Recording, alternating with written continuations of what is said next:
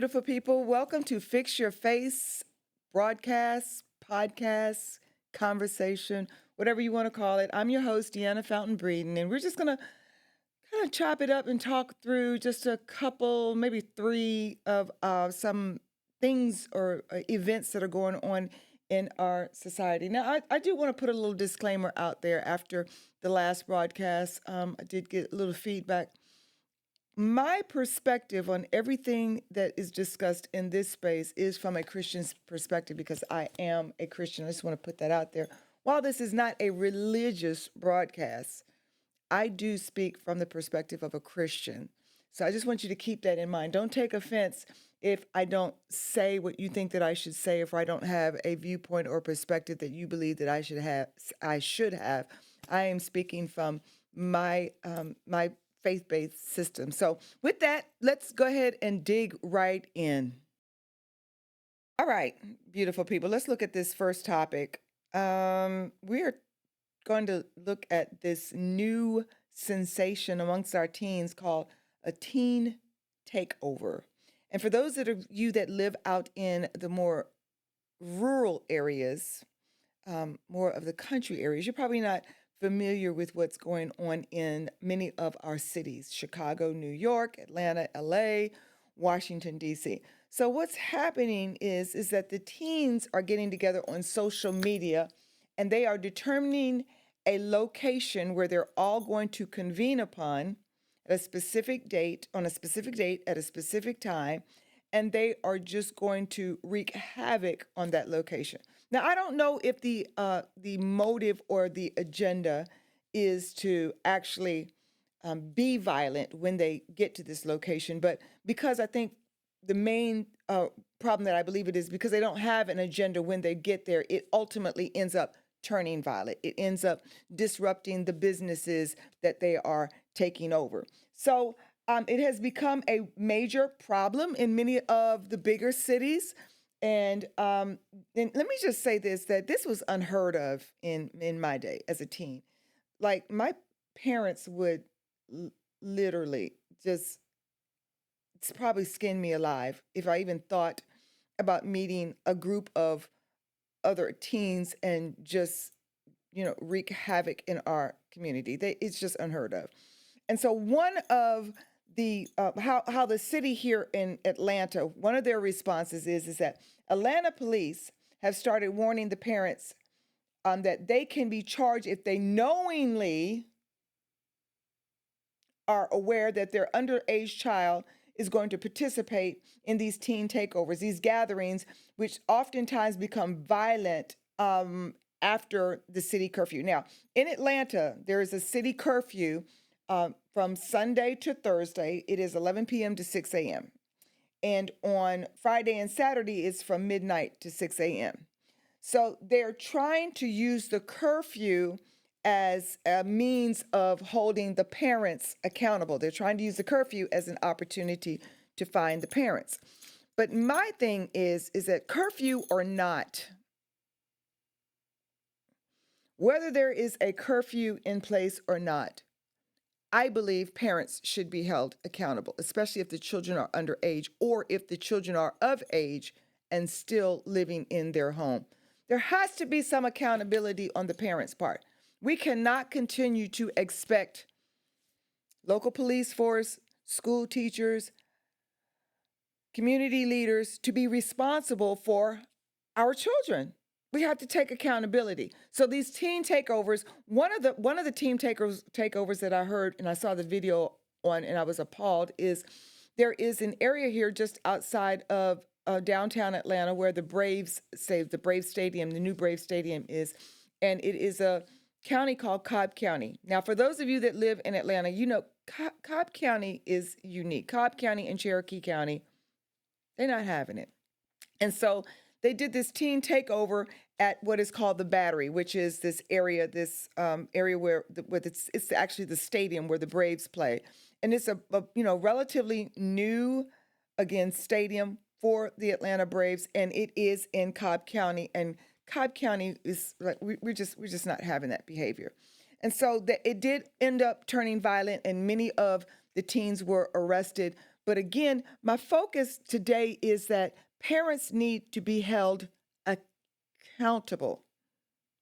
And I know a lot of people are going to clap back or push back and say, hey, some of these parents are working at night while their children are at home, or these children are supposed to be at home, but they're actually out somewhere at a teen takeover. So parents that are working, they're saying should not be held accountable because, they have to work. They have to work to take care of their family. I'm very compassionate to that. Very compassionate to that. But I also believe that there has to be some type of enforcement in the home, whether that is a parent taking some other means to ensure that their child remains in the house while they're at work, or here's a novel idea. Parents demonstrate some level of authority whereby the children respect their authority and dare not go out during the hours of curfew. There's a keen idea. How about authority in the home? So again, Atlanta police, here we go. Atlanta police are responding. Cracked down on what they are calling a planned teen takeover along the Beltline last night, arresting multiple people and even recovering weapons as well. Atlanta police say a large group of unsupervised teenagers gathered along the Beltline in nearby businesses, even with extra patrols out there in place. You can see the officers running down the street. Officers responded to reports of shots fired on North Avenue and a dispute on the Ponce. Now, in total, 14 people were arrested and 10 guns were recovered during that incident. Charges include aggravated assault, weapons, violations, and obstruction. Atlanta police say a 15-year-old girl was released to a parent who was then charged with a curfew violation. So the gathering, that's one issue. The violence, that's another issue. They said how many, producer, what was it, 14 guns were recovered? 14. That was the number of weapons that were recovered. Probably tens, if not 20s, if not dozens more amongst the teens. I just have to interject here and share something because I, again, believe that it is parental responsibility. My father had this old antique razor that you kind of flip out and you flip it back. And he had it in his bedroom, and I knew about it. He had gotten it from his father, and I knew about it. And I can't remember what happened at school. And I was on my way to school, and he saw it in my back pocket. It had like this little curved thing on the top of it. And he saw it in my back pocket. He said, what is that in your pocket? And when I had to pull it out, I challenged his authority even by going and getting that out of his room. That was my first mistake. And then having it, and he saw it, and he said, okay, what is that in your pocket? Took it out. Needless to say, my parents did not ever have another issue with me even thinking about using a weapon in a school setting, community. It took that one time for my fathers to identify the issue, flex his authority, and I submitted to his authority, period, point blank. So we have these children, kids, 13 years old, 13, with a gun, with a weapon, showing up at these places. They're not showing up to have, chill time with their friends. They're not showing up to just have good old social time with their friends. They are showing up with an agenda that is definitely not a positive one. And so now the question becomes, like the video said, the clip said, this young girl was released to her parents, and the parents are now facing charges. What do you think about that? Do you think or believe that parents, in spite of the curfew, beyond the curfew, like weapons possessions, maybe there's drugs involved, I don't know. They don't have any evidence of that. It wasn't in the clip, but should the parents be charged? The police say many of the teens arrested have been as young as 13, as we just saw in the clip, and parents could face citations of misdemeanor charges tied to contributing to the delinquency of a minor. Bingo! Forget the curfew. Delinquency of a minor. You are responsible for your child. So these recent Atlanta area teen takeovers have included, like I said, the Beltline, where 14 to 17 people were arrested and police recovered multiple guns, as we just heard in the clip. The Battery, which I first talked about, out by Cumberland Mall, where organizers were charged with rioting, absolutely. And a recent Gwinnett County event in Beaufort, where 9 people, including 7 juveniles, 2 adults, were arrested after refusing to leave. Atlanta official. I'm sorry? Oh, Atlantic Station? There you go. Producer says Atlantic Station. Atlanta officials say the crackdown is about public safety. They're not trying to keep these teens from having fun, enjoying their surroundings, but it is about public safety. What are your thoughts on that? Should parents be held accountable? See, I didn't even know about Atlantic Station, and Atlantic Station is a little more upscale, little shopping area in.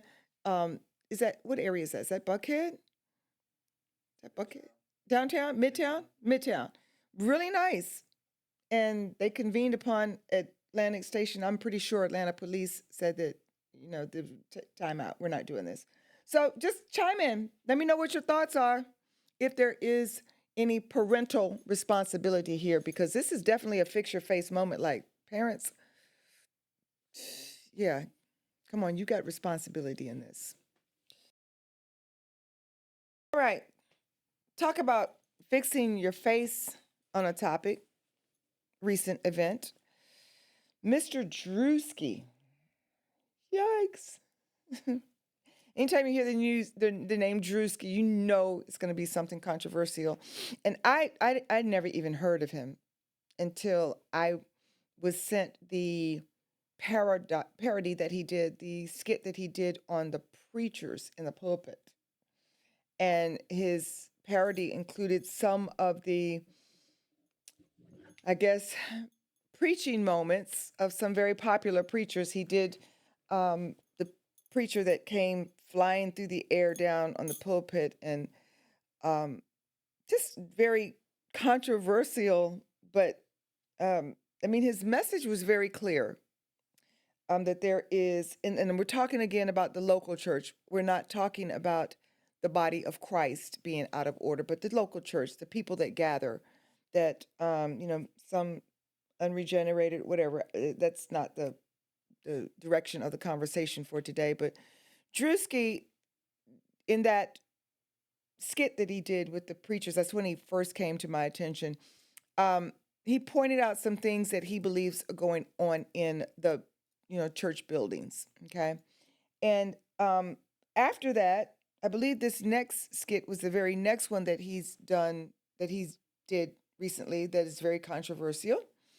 Druski is, what he did was, he recently went viral after doing a parody called How Conservative Women in America Act, where he dressed up like Erika Kirk. And so and for those of you that don't know, I'm sure you do, but just for those that may not know, Erika Kirk is the widow of Charlie Kirk.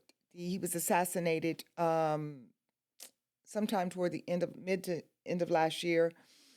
So he dressed up as Erika Kirk with blonde hair, blue contacts, and what everybody is calling the white face. So now the reason that this blew up is because Erika, she's already a controversial figure, and Druski did not just make up a random character. She's already in the spotlight because there's this, rumors going on that her husband's assassination was a conspiracy and she was a part of it, and blah, blah, blah, yada, yada, yada. So he copied her voice, he copied her stare, her body language, and even the way she talks in interviews. He nailed it. And Druski knows he knows what he's doing. His skits, they're not random. Druski he finds people everybody is already talking about. He finds these people, situations that everybody is talking about. Going back to the parody that he did about the church, people are already talking about the local churches and the problems about that they're seeing in these local churches. Again, not the body of Christ. The body of Christ is pristine, it's perfect, and it is intact. And let me just say this. The Church of Jesus Christ is not in trouble, because the Church of Jesus Christ is the gates of hell will not prevail against the Church of Jesus Christ. And when we talk about trouble, we're talking about a potential for that thing, system, organization, or person to fail. Not so with the body of Christ. So we're talking about the parody that he did is the local church and the four walls where people gather. So now the reason that excuse me, let me back up. He dressed up, put on this blonde wig, blue contacts, and the white face, and he targets people that are already at the topic of many conversations. He's not picking random people. He's what we call fueling the fire. Druski is fueling the fire. And so in fueling the fire, he even causes the controversy that's already around this situation to even go higher. He's already causing the controversy, the conversation that's already around the person, the place, the thing, the event, to just be intensified. He knows exactly what he's doing. His skits are not random. So that's the reason his preacher parody had the church world in a total uproar, because we're already talking about it. So, and we remember that skit. And so the church people were offended. And basically that's Druski's brand, to offend. He exaggerates what people already expects. So when he did the preacher skit, people said he's attacking the church. But other people said, no, he's exposing foolishness that has crept into the church. So same thing here with Miss Erika, his skit on Erika. Some people are saying he crossed the line making fun of Erika because her husband just died. And other people are saying, no, he's mocking a type of political personality, not just one woman. She just happens to be a part of the group of that political personality sector. So Druski always picks subjects and people who are emotionally attached to either church, politics, celebrities, and so on and so forth, because those typically are the top, I guess, subject matters that people like to talk about, chitter chatter about, whatever. So his skits never stay comedy for long. They turn into debates. It starts out as comedy, but they end up as debates. And you can see that debate culture, or that debate, all across social media after a Druski skit. And so why does he get so much controversy around his skits? Because Druski doesn't do safe comedy. So we're going to take a look at this clip real quick. Let me see. Just real quick, producer, you sent it to me. Let me find it. You sent it, you texted to me? In IG? Okay, let me go there.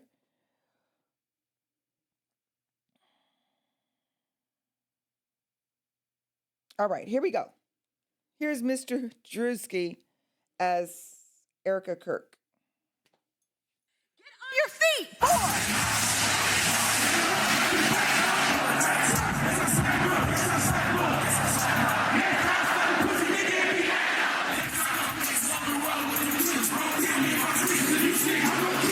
War is raging in Iran. We're praying for all the soldiers and troops. That's great that you're praying, but how about all the kids that died when the USA hit the towers? It broke my heart. That is the...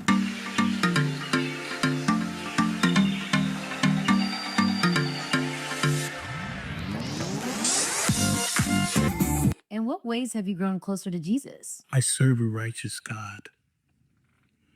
And that is why we say our prayers. And we are all his children. But when I say children, I mean like the holy, blessed Trinity, which is why I hold the Bible.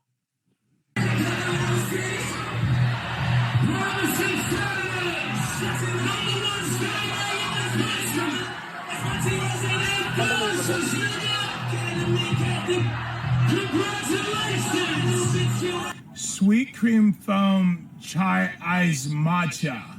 This pushed me And up. Bella will have all organic puck cup. Organic. Yes, everything organic.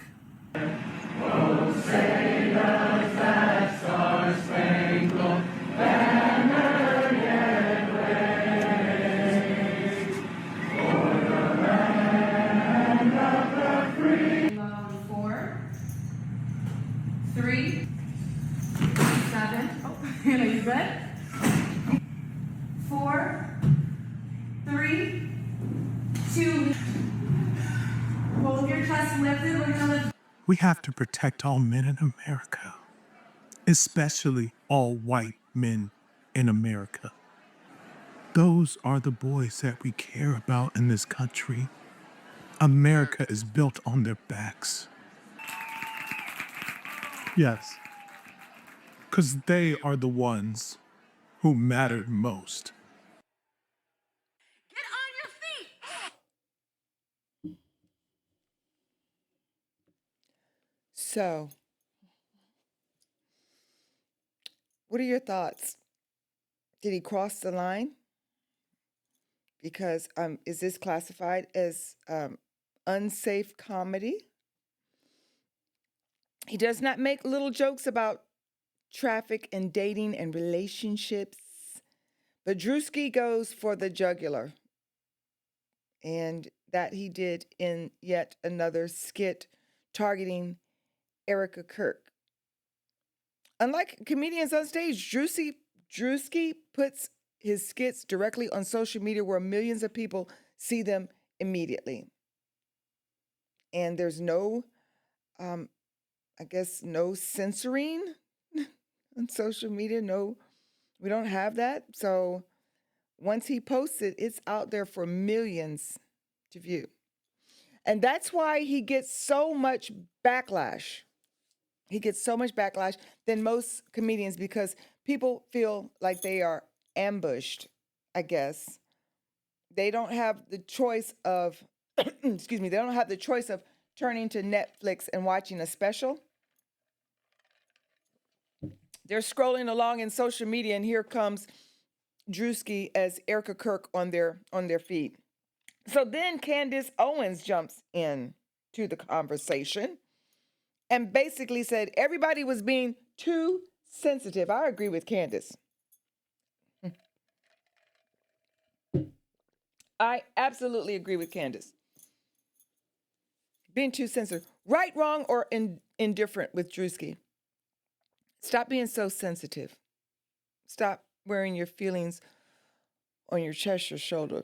She said if Druski even wants to do a parody about her next, she welcomed him. So we can just best believe that we're going to probably be seeing a Druski skit on Candace Owens sometime soon. But Candace's point was that conservatives, they spend too much time complaining about jokes when they should just laugh and just keep it moving.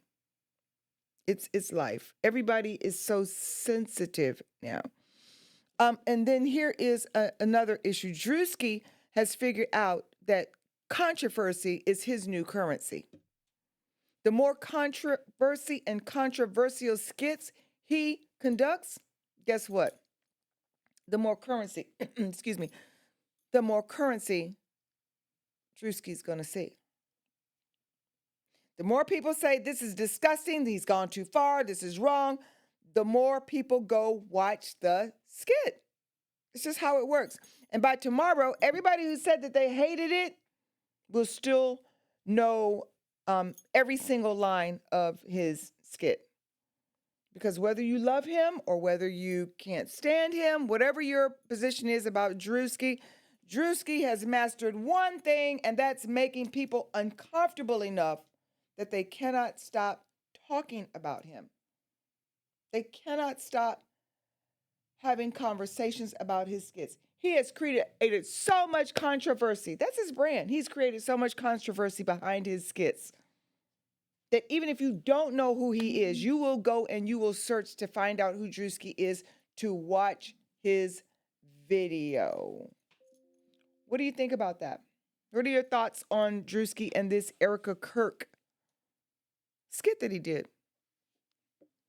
People too sensitive? Did he go too far? We're a society that thrives off of controversy. We're a society that thrives off of controversy. We've become that society. That if it's calm, if it's relaxed, if it's people don't want to have a part of that. They want to have a part of the uproar. They want to have a say so. They want to pick a side. So, what are your thoughts? What do you think about that? All right, let's move on. All right, here we go. This next segment is going to raise some eyebrows, probably get some faces behind this because you're going to say, well, what does this have to do with, you say you're a Christian, Deanna. So from a Christian perspective, why are you interested in this particular subject, this particular story? And I'm not interested in it, but at the end of this segment, I'm going to give you a Christian perspective recap for why prayer is so important for our family and loved ones who are still in the secular world and secular world venues, okay? For this next segment, my chat GPT, whose name is Malachi, is going to help me unfold this story and help bring some dialogue and some fix-your-face conversation to today's broadcast. So I'm going to introduce you to my chat GPT named Malachi. Malachi, say hello to my podcast conversation audience. Hello, everyone. I'm Malachi, and I'm thrilled to be part of this conversation on Fix Your Face. Let's dive into this hot topic. Hit me with what you've got. Okay. What I want you to do is I want you to give me a recap of the incident with Pooh Shiesty and the allegations against him about robbery and kidnapping with the famous artist Gucci, and who all were the players. I understand his father was involved. Give us a little background. What happened there? Absolutely. So the situation blew up earlier this year. Pooh Shiesty, already known for some legal trouble, was hit with allegations that he, his father, and others orchestrated a fake meeting in Dallas. Allegedly, they lured Gucci Mane, yes, the iconic rapper, into the setup. Once there, the accusations say Gucci and others were held at gunpoint, forced to sign contracts, and robbed of valuables. Of course, Pooh Shiesty's legal team is denying all of this. But it got messier, because Pooh Shiesty was already on home confinement. So now they're pulling in ankle monitor data, surveillance footage, and trying to piece together what really happened. In short, it's a wild mix of hip-hop figures, legal drama, and some serious accusations.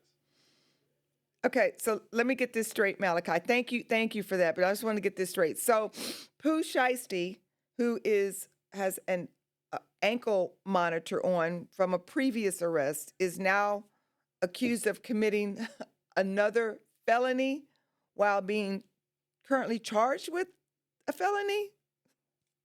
You got it exactly. While already serving time at home, he's accused of pulling off another major crime. It's like he stacked trouble on top of trouble. If the accusations hold up, it's definitely one of those situations that makes you ask, what was he thinking? Yeah, right. With a face to go along with that, right, Malachi? Oh, absolutely.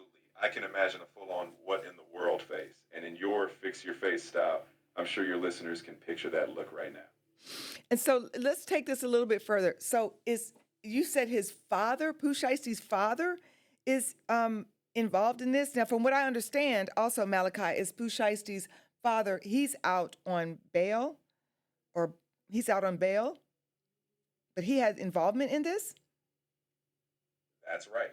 According to the allegations, his father is named as part of the whole scheme. He's facing charges too, though yes, right now he's out on bail while they sort it all out. So the legal troubles seem to run in the family this time around. Talk about a father figure, huh? It's definitely not the kind of father-son bonding anyone wants to see. When it comes to role models, I think we can agree. This is not the blueprint. Gotcha. So, long story short, it's an unfortunate situation that happened to a very iconic artist, um, Pooh Shiesty. Not sure of all the details of who he is and what his current charges are against him. But I wanted to bring this topic to my platform today because I think sometimes, Malachi, we who are in the church are so disconnected. Talking about the saved, people who are saved, we are so disconnected with the reality that we have friends and loved ones that are still in the secular world that need our prayer, that need us to pray for them, pray for their covering and their protection. Because from what I understand, and you correct me if I'm wrong, some of the allegations were that Pooh Shiesty held Gucci at like gunpoint. There was some of the testimony or the I think it was a sealed indictment revealed that there was threats to blow his head off. It was a very serious situation. So my point to all of this is that we need to continuously keep our loved ones who are in secular world businesses, especially in places like this, we need to keep them covered in prayer because this could have turned tragically, fatally wrong for Gucci. What's your thoughts on that? I think you've hit something important. Whether folks are in the church or out in the secular world, there's still people we care about. And when situations turn violent, it's a reminder that anyone can get caught up in dangerous cycles.